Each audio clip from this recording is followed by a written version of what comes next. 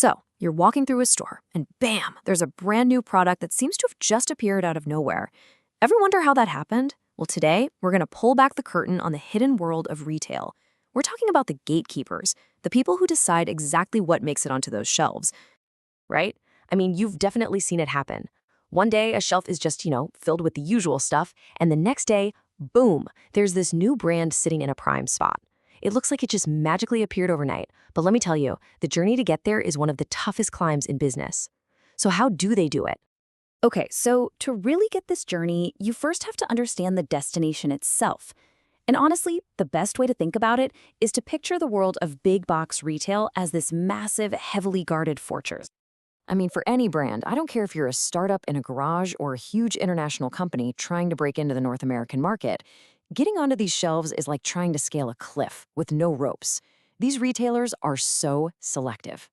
Think about it. They have very limited space and literally millions of products all fighting for that one little spot.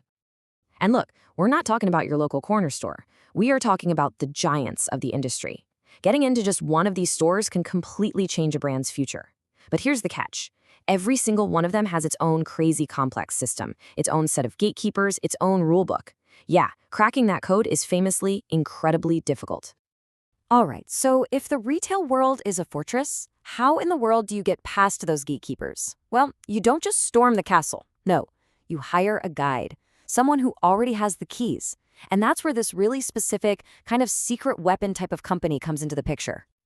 These firms are the specialists, the ultimate insiders. Their entire business is built on one thing, creating these super deep, long-term relationships with the real decision makers. The merchants, the sourcing managers. We're talking about connections built over years of weekly meetings, of knowing a retailer's goals better than the retailer sometimes.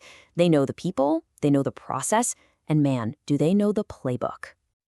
And when you put it side by side, the difference is it's night and day. A brand trying to do this alone, they're basically flying blind, just lost in this huge corporate maze with no map. But with a retail partner, oh, it's a whole different ballgame. You're tapping into years of trust that's already been built. You get to use strategies that are proven to work. And you get all that crucial local market knowledge handed to you. Okay, so what does this proven strategy actually look like in practice? Well, it's a super carefully crafted playbook, really, designed to turn those handshakes and relationships into actual contracts. So let's break down exactly how they build that path to the shelf. So it all starts with those relationships we talked about. That's step one. From there, they use those connections to position the brand just right to get that listing everyone wants. And this isn't just some slick sales pitch, It's about showing up with a rock-solid, data-backed case that says, hey, this product is going to make your whole category more money. And they often time it perfectly with the store's annual review of that category. But getting on the shelf is just the start. The real work is managing the growth across stores, online, everywhere, and then making sure the execution is flawless, from day one all the way to becoming a major player. And that's why this metaphor is so perfect. They really are a bridge, especially for brands from other countries. These firms are the ones who translate all the weird, complex stuff about the North American market. They connect a fantastic product with millions and millions of customers who, honestly, would never have even known it existed otherwise. Okay, that brings us to the final piece of the puzzle, and you could argue it's the most important part, the results.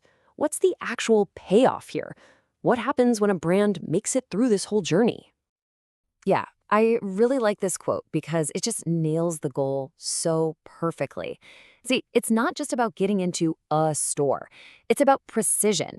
It's about getting your product on the right shelf, in front of the right person scrolling online, and finally, into the hands of the right customer. And when they get that right, these are the results. Your visibility, it just skyrockets.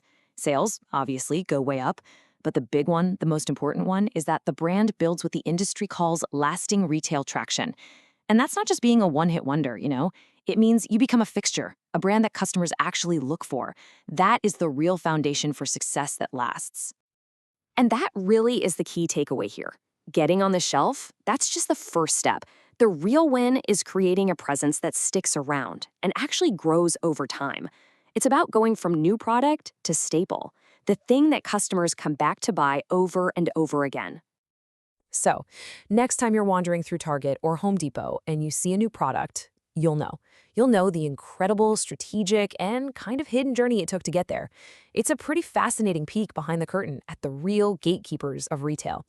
And it leaves us with one final thought to chew on. What does it really take for a product to be ready for that stage?